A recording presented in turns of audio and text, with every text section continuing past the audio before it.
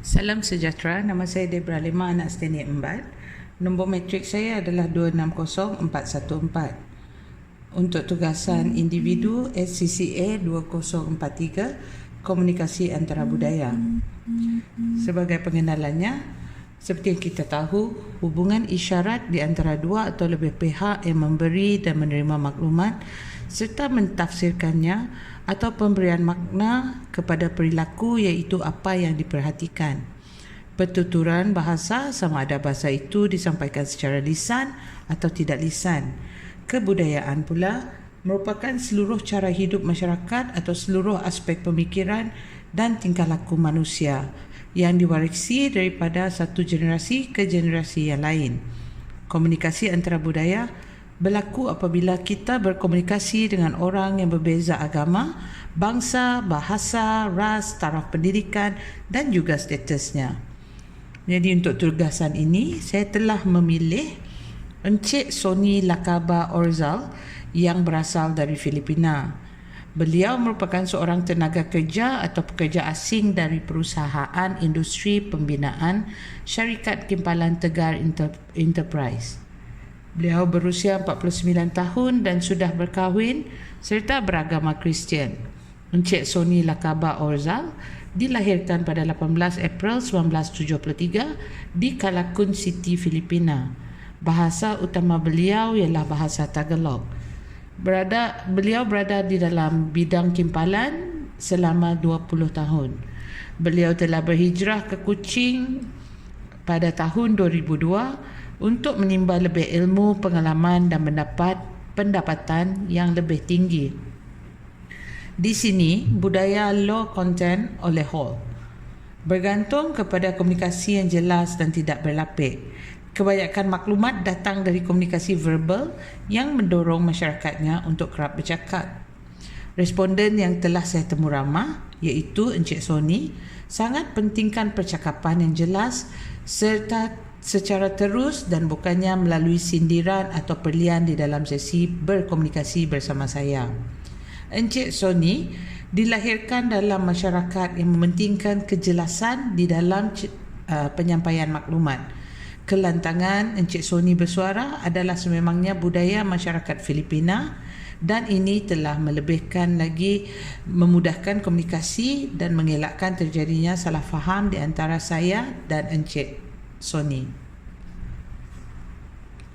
Faktor peraturan kelakuan seperti yang kita lihat di sini merupakan travel document yang milik Encik Sony Lakaba Orzal. Okey, kejutan budaya berlaku kerana individu tidak tahu akan peraturan-peraturan kelakuan yang dikaitkan dengan bahasa lisan dan bukan lisan diamalkan dalam negara asing. Encik Sony pada mulanya juga terkejut dengan budaya di Malaysia yang agak berlainan dari negaranya. Akan tetapi, beberapa persamaan budaya di antara Malaysia dan juga Filipina, salah satunya adalah saling hormat menghormati. Sebagai seorang pendatang, budaya hormat menghormati amat penting di antara dirinya dengan masyarakat tempatan. Amalan ini harus diamalkan di mana saja seseorang itu berada. Masuk tempat orang bawa otak bukan pisau seperti yang kita tahu. Haruslah menghormati tuan tanah jika hendak tinggal bersama. Persamaan budaya kedua pula adalah cara penyampaian berkomunikasi. Di Filipina, masyarakatnya lebih lantang bersuara namun tidaklah sehingga biadab dan tidak berlapik. Cuba bahasanya agak keras tetapi bahasanya sangat cantik dan sedap telinga mendengar. Begitu juga di Malaysia. Cara berkomunikasi amat dijaga kerana masyarakat di sini sangat sensitif dengan adab dan tata susila. Perbezaan yang budaya yang lagi ketara di antara Malaysia dan Filipina, iaitu di antara saya dan Encik Sony, adalah bahasa. Oleh kerana bahasa Melayu merupakan bahasa kebangsaan di Malaysia, Encik Sony pula pada awalnya mengalami kesukaran dalam berkomunikasi dengan masyarakat sekeliling. Namun begitu, Encik Sony menggunakan bahasa Inggeris sebagai bahasa perantaraan ketika mula-mula berada di Malaysia. Perbezaan budaya yang seterusnya pula adalah dari segi makanan. Di Malaysia, haiwan yang paling popular dijadikan sebagai makanan adalah ayam, ikan dan lembu. Berbeza pula dengan di Filipina. Hampir 90% makanan di sana adalah berasaskan khinzir kerana khinzir merupakan makanan yang sangat popular dan digemari di sana. Di sini kita boleh tengok beberapa contoh senarai soalan temu ramah di antara saya dan Cik Soni ketika saya berada di tempat kerja Encik Soni. Pada ketika itu, jadi saya ada beberapa soalan yang telah saya tanyakan kepada Encik Soni, iaitu apakah yang anda faham tentang komunikasi antara budaya, apakah perbezaan dan persamaan budaya antara Filipina dan Malaysia, adakah anda mengalami kejutan budaya semasa berada di Malaysia, bagaimanakah anda menyesuaikan diri dengan masyarakat Malaysia, dan juga adakah anda tahu tentang teori-teori yang berkaitan dengan komunikasi antara budaya.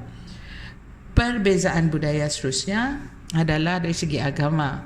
Masyarakat di mana di Malaysia majoritinya adalah beragama Islam, manakala di Filipina majoriti masyarakatnya adalah beragama Kristian.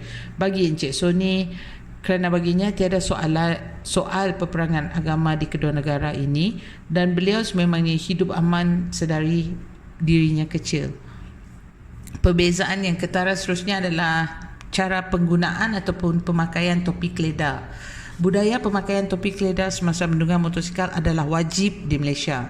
Jika kita tak menggunakan topi keledar, kita akan disaman oleh pihak berkuasa. Akan tetapi di Filipina pula, perkara tersebut tidak wajib ke atas masyarakatnya. Kesimpulan yang kita boleh lihat di sini, selepas dari hasil temuduga saya bersama Encik Soni, saya telah berjaya mengenal pasti beberapa perbezaan budaya yang harus ditempuh oleh pekerja luar negara semasa berada di Malaysia. Antara isu-isu yang dibangkitkan juga adalah seperti cabaran sosial dan persekitaran. Mereka perlu sedar yang apabila mereka meninggalkan negara mereka, mereka telah berada di luar zon selesa dan perlu memahami dan menghormati konteks budaya masyarakat luar. Mereka juga seharusnya dapat menyesuaikan diri dengan keadaan di Malaysia dan seterusnya dapat mematangkan pemikiran mereka dalam menongkah arus kehidupan dalam era globalisasi masa kini. Perbezaan budaya yang dilalui ketika berada di sini perlu diatasi dengan cara mendalami ilmu adaptasi dan memahami proses adaptasi dan kesannya ke atas pelajar. Budaya tempatan perlu dikaji terlebih dahulu agar urusan penyesuaian dapat dilakukan dengan mudah. Di sini setiap pelajar juga harus sentiasa bersedia dan menempuh setiap cabaran yang dilalui dengan pemikiran positif. Itu saja tugasan individu saya. Terima kasih.